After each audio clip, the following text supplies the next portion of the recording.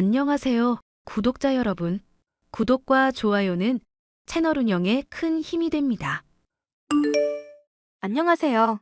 저는 아들 하나를 둔 전업주부 40대 여성입니다. 제 남편은 감정 기복이 별로 없고 무뚝뚝한 성격이지만 가정에 충실한 타입이어서 결혼 생활 중 큰 갈등은 없었습니다. 시어머니께서는 인정 많고 소녀 같은 분이라 저는 흔히 얘기하는 고부 갈등도 모르고 살아왔습니다. 그런데 결혼할 때는 생각지도 못했던 복병이 등장해 결혼 생활 내내 저를 힘들게 했는데 그 사람은 바로 남편의 누나였습니다. 시누이만 똑바로 살았다면 제가 이런 사연 채널에 글을 보낼 일도 없었을 텐데 사람 일이라는 게 생각대로 되지만은 않더군요. 저처럼 힘들어하시는 분들과 함께 소통하고 싶어서 이렇게 사연을 보내게 되었습니다. 자기야, 나 자기한테 평소에 궁금했던 게 있어. 자기가 대답하기에는 조금 껄끄러울 수도 있지만 그래도 꼭 한 번은 물어보고 싶었어. 뭐가 궁금한데? 얘기해봐. 자기 누나, 그러니까 형님 말야. 어머님이랑 형님의 관계가 살짝 독특하지 않아?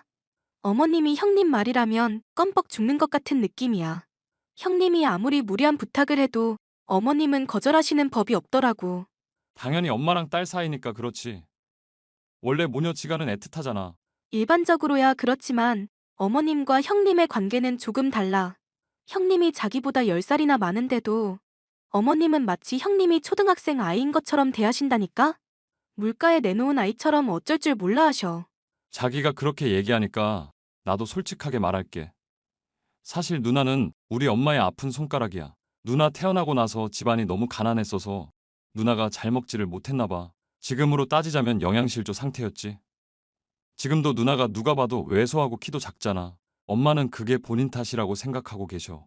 어쩐지 어머님은 형님이 밥 먹는 모습만 봐도 항상 눈가가 촉촉해지시더라고. 그런 일이 있었구나.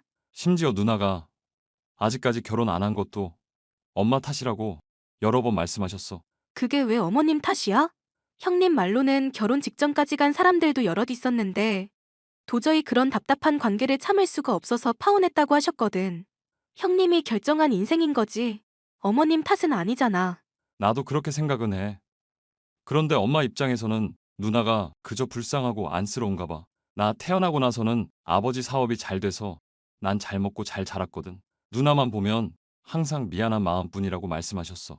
자기는 그런 말 들었을 때 안 서운했어? 어렸을 때는 그런 말 들으면 서운하기도 했는데 성인 되고 나서부터는 나도 독립적으로 살아서 별로 신경 안 썼지. 누나랑 나이 차이도 많이 나고 가까운 사이는 아니었거든. 내가 이런 말까지는 정말 조심스러운데. 솔직히 형님이 아직까지도 애처럼 행동하는 면이 있는 건 어머님 탓일 수도 있겠다는 생각이 들어. 기분 울적하다고 회사 그만두고 엄마 카드 한 장 들고 유럽 여행 다녀왔다는 얘기는 정말 쇼킹했거든. 그것도 어머님한테 말 한마디 없이 카드 들고 나갔다면서? 자기가 그걸 어떻게 알고 있어? 형님이 다 말씀해 주셨는걸? 여행 중에 최고로 재밌는 여행은 남의 돈으로 하는 여행이라면서. 그때 너무너무 행복했대. 내 누나지만 너무 부끄럽다. 그래도 아버지 살아계실 땐 아버지 눈치라도 보면서 행동했는데 아버지 돌아가시고 나서는 천상천하 좌독존이야. 엄마가 누나를 감싸고 도니까 나도 뭐라 할 말도 없고 그냥 그쪽은 그쪽대로 나는 나대로 사는 거지. 어머님도 이제 연로하시고 여기저기 편찮으신데 정말 걱정이다. 어머님 없이 형님이 어떻게 사실지도 걱정이고. 나는 내 가정을 지키는 게 우선이야. 설령 엄마랑 누나 사이에서 무슨 일이 벌어지거나 엄마 돌아가시고 나서 누나가 혼자 살게 되더라도 절대 자기한테는 피해 없게 할게. 나 힘들어질까봐 한 이야기는 아니었고. 형님이 걱정돼서 한 말이지만 어쨌든 고마워. 신우와 시어머니는 서울 집에서 살았고 제 남편은 지방에서 소규모 보습 학원을 운영하고 있었기에 저희는 마주칠 일이 별로 없었습니다. 저는 시어머니와 사이가 좋아 자주 찾아뵈었고 저희 집으로 오셔서 사셨으면 좋겠다고 말씀드린 적도 있었습니다. 그때마다 시어머니는 자신의 딸인 신우와 함께 살고 싶다며 저희의 제안을 항상 거절하셨습니다. 그러던 중 신우이가 저에게 뜻밖의 제안을 했습니다. 올케, 잠시 올케네 집에 우리 엄마 내려가 계실 거야. 집만 간단하게 챙겨서 보낼 거니까 올케가 신경 좀 써줘. 어머님이 저희 쪽으로 오신다고요? 이제부터 저희랑 같이 쭉 계시는 거예요? 그런 건 아니고 우리 집 내부 리모델링 공사해야 해서 엄마한테 잠시만 올케네 쪽으로 내려가 있으라고 했어. 형님, 그 집 리모델링 하시게요? 오래된 아파트긴 해도 내부는 크게 손댈 필요 없어 보였는데요. 그 집에서 나랑 엄마랑 평생 살아야 하는데 불편한 게 한두 군데가 아니야. 올케는 이 집에서 살고 있는 사람도 아닌데 왜 함부로 나대? 내가 나대는 사람 제일 싫어하는 거 알지? 죄송해요. 리모델링 비용이 워낙 비싸니까. 저도 모르게 그런 말이 나왔어요. 돈은 내가 알아서 하니까 올케는 나대지 말고. 엄마한테는 간단하게 화장실이랑 주방 한두 곳 손본다고만 말해놨거든. 나중에 올라오면 서프라이즈로 놀라게 해주려고. 그러니까 엄마한테는 쓸데없는 말 하지 마. 내 말 무슨 뜻인지 알지? 알겠어요, 형님. 그런데 기간은 어느 정도로 예상하면 될까요? 짧게는 한 달, 길어도 2달 안에는 끝나. 공사 끝나면 다시 엄마 데려올 거야. 저희는 어머님이랑 계속 같이 살아도 좋아요. 저희 민재도 할머니 너무 좋아하고요. 올케 그렇게 안 봤는데 사람 홀딱 깬다. 네? 올케 이 아파트 욕심나서 우리 엄마 모시겠다고 하는 거 아니야? 지방 사니까 서울 아파트 가질 수 있는 기회는 우리 엄마 꼬시는 것뿐이라고 생각하나 보지? 형님, 무슨 말씀을 하시는 거예요? 저희도 여기에 저희 집 있어요. 어머님 집에 대해서는 그런 생각 해본 적도 없어요. 우리 엄마 죽을 때까지 나랑 같이 살 거고 엄마 집은 내가 물려받을 거거든. 우리 엄마 몇 달 데리고 있겠다고 해서 이 집이 올케 집 될 거라는 큰 꿈은 버려. 정말 별꼴이야. 시어머니가 저희와 함께 계시는 동안 저희는 너무 즐거웠습니다. 시어머니가 아이를 잘 봐주셔서 전업주부인 제 부담이 크게 줄었고 아이도 할머니와 함께 사니까 너무 좋다면서 계속 같이 살자고 졸랐습니다. 제가 늘 꿈꾸던 화목한 가족의 모습을 보며 흐뭇한 나날을 보내고 있던 중 청천벽력 같은 소식을 들었습니다. 시어머니가 위암이라는 소식이었습니다. 형님, 인테리어 공사 도대체 언제쯤 끝나나요? 어머님이 많이 불안해하고 계셔요. 죽을 때는 내 집에서 죽고 싶다고 매일 밤 눈물을 흘리신다고요. 올케는 우리 엄마 죽기를 바래? 저는 어머님이 오래오래 사시기를 바라는데 어머님이 많이 힘들어하고 계신다고요. 얼른 어머님 본인 집으로 돌아가고 싶으시다면서 하루하루 기다리고 계세요. 어머님 내려오신 지 2달이 넘었는데 왜 아직도 공사가 안 끝나는 거예요? 내가 해달라고 했던 자재나 부품들이 안 들어와서 공사를 쉬엄쉬엄 했어. 나도 엄마가 갑자기 암 진단받을지 몰랐거든. 지금 공사를 서두르고 있기는 한데 아직 완성이 안 됐어. 암 걸린 노인네가 콘크리트 바닥에서 자기를 원하는 건 아니지? 당연히 아니죠. 그리고 저희는 어머님 모시고 있는 거 아무 상관없어요. 어머님이 자꾸만 원래 살던 집으로 가고 싶어 하시니까 형님께 여쭤보는 거예요. 그러면 조금만 기다려. 내가 엄마한테 전화해서 당분간 올케네 좀 더 있는 게 좋을 거라고 잘 얘기할 테니까 올케는 우리 엄마한테 아무 말도 하지 마. 시어머니는 날이 갈수록 쇠약해지셨고 죽을 때 죽더라도 시아버지와 함께 살았던 추억이 있는 집으로 돌아가고 싶어 하셨습니다. 그런데 시간이 지나도 형님은 계속해서 공사 중이라는 대답만 하니까 저와 남편은 불안해졌습니다. 혹시나 인테리어 공사 도중에 저희가 모르는 사고가 났는데 저희에게 말을 하지 않고 수습하는 중일 수도 있겠다는 생각에 형님께 말하지 않고 저 혼자 몰래 그 집에 가보기로 했습니다. 자기야, 이게 무슨 일이지? 왜 그래? 공사 아직도 마무리 안 됐어? 아니, 성벽을 짓는 것도 아니고 무슨 집안 인테리어 공사가 이렇게 오래 걸려? 그게 아니라 공사가 다 끝났대. 경비 아저씨한테 여쭤보니까 공사 시작하고 한 달 만에 다 마무리됐다고 하시더라고. 누나는 공사가 끝났는데 왜 엄마한테 말을 안 해? 뭔가 다 이상해. 자기야, 형님 모아놓은 돈이 꽤 많아? 모아놓은 돈이 있으면 그 나이 되도록 엄마한테 얹혀 살겠어? 돈 없다면서 엄마한테 용돈 한 번 준 적이 없는 사람인데. 근데 이번 리모델링 공사에 1억 5천만 원이 들었대. 경비 아저씨 말로는 그 집 돈 엄청 들여서 최고급 자재만 썼다고 하시던걸? 그럴 리가 없는데. 동호수 착각한 거 아니야? 우리 누나한테 그런 돈이 있을 리가 없어. 최근에 공사한 집 거기 하나뿐이래. 나 지금 너무 불길해. 형님한테 무슨 일이 벌어지고 있는 거지? 저는 자세한 이야기는 말하지 않은 채로 시어머니께 신우에 관해 돌려서 질문을 했습니다. 최근에 신우한테 큰 돈이 생길 만한 일이 있었는지 알아내기 위해서였습니다.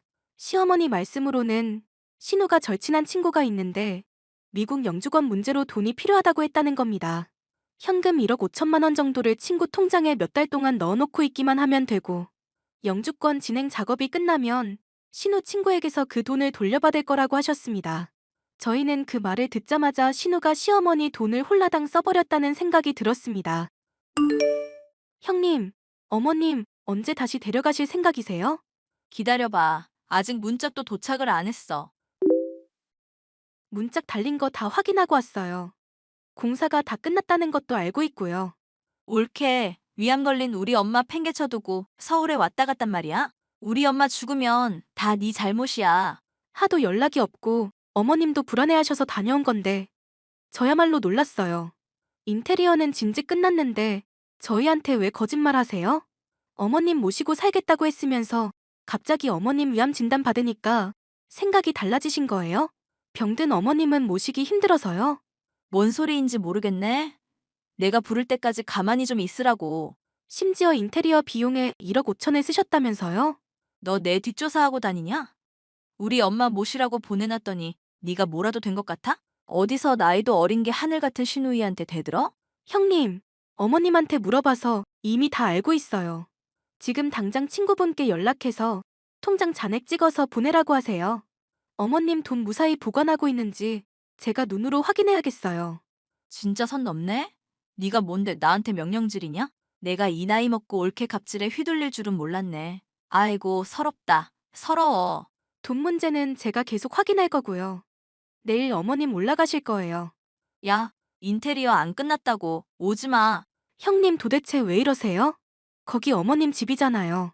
아무것도 묻지 말고 내가 하라는 대로만 해. 아픈 노인네가 여기저기 옮겨다니면 건강에 안 좋으니까 그냥 옳게 내 집에서 쭉 쉬라고 해. 형님, 어떻게 돈이랑 집만 가로채고 편찮으신 어머님을 내쫓으실 수가 있어요? 옳게.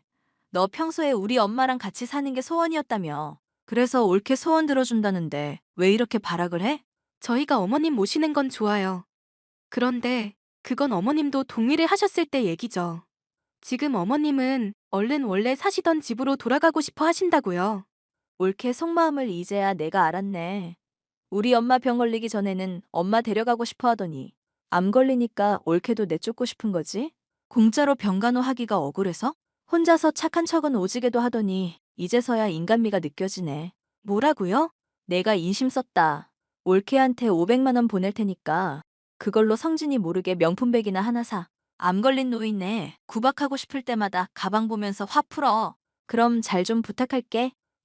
저는 더 이상 제 힘으로 이 일을 해결할 수 없겠다는 생각이 들어 남편과 상의한 후 시어머니께 자초지종을 설명해 드렸습니다. 시어머니는 의외로 담담하게 모든 걸 받아들이시는 듯 했습니다. 집도 돈도 하나뿐인 딸에게 뺏긴 처지가 되었지만 시어머니가 원하는 건 단 하나였습니다. 그 집에 놔두고 온 사진 액자를 보내달라는 거였습니다.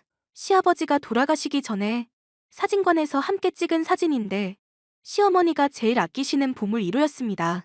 그것만 보내주면 더 이상 아무것도 바라는 게 없다고 시누이가 하고 싶은 대로 살게 놔두고 싶다고 하셨습니다. 형님, 어제 제가 보내놓은 톡 읽으셨으면서 왜 답이 없으세요? 그거 사실 버렸어. 어머님이랑 아버님 같이 찍은 사진을 어떻게 버리실 수가 있어요? 이 집 인테리어랑 안 어울리게 구질구질하잖아. 사진은 찢어서 버렸고 액자는 분리수거 했는데 이제 와서 찾을 수도 없고 올케가 엄마한테 잘 말씀드려줘. 그거 어머님이 정말 아끼시는 사진인 거 형님도 아시잖아요. 우리 엄마한테 인생 원래 빈손으로 왔다가 빈손으로 떠나는 거라고 전해줘. 공술의 공수거 몰라? 죽기 직전에 왜 갑자기 물건 집착이 심해지셨나 모르겠네. 형님, 정말 너무하세요. 저는 이 사실을 남편과 시어머니에게 알렸고 시어머니는 저희 앞에서 처음으로 눈물을 보이셨습니다. 형님, 오늘 당장 그 집에서 나가주셔야겠어요. 싫은데? 엄마, 올케가 나한테 막대하는 거 보이지? 저 싸가지 없는 것 좀 혼내줘. 어머님께서 형님 재산 다 몰수한다고 하셨어요. 엄연히 말해서 형님 재산도 아니죠. 어머님 재산인데 형님이 가로챈 것뿐이니까요. 그래도 예정을 생각해서 500원은 남겨주신다네요? 엄마, 올케 왜 저래? 엄마가 빨리 혼내줘. 네 옳게 말대로다. 내 집에서 당장 나가. 그리고 내가 빌려준 1억 5천만 원 당장 나한테 입금시키고. 엄마, 내가 다 설명할게. 돈은 인테리어 비용이 모자라서 내가 조금 썼고 나 이 집에서 엄마랑 둘이 행복하게 살려고 했어. 내가 지금 바쁜 일이 있어서 잠시 공사 핑계 대면서 엄마 못 오게 했던 건데 그 일도 다 끝났고 내일 엄마 올라와도 돼. 형님, 곧 내용 증명 하나 갈 거예요. 집에서 나가고 대여금 반환하라는 내용이니까 그대로 실행해주세요. 엄마, 올케가 지금 나랑 엄마 사이 이간질하고 있는 거 몰라? 엄마, 나 믿지?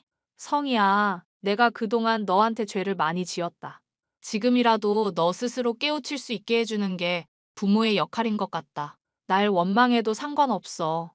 하지만 이미 한 결정을 되돌릴 생각은 없다. 엄마, 나 엄마 없이는 못 살아. 한 번만 용서해줘.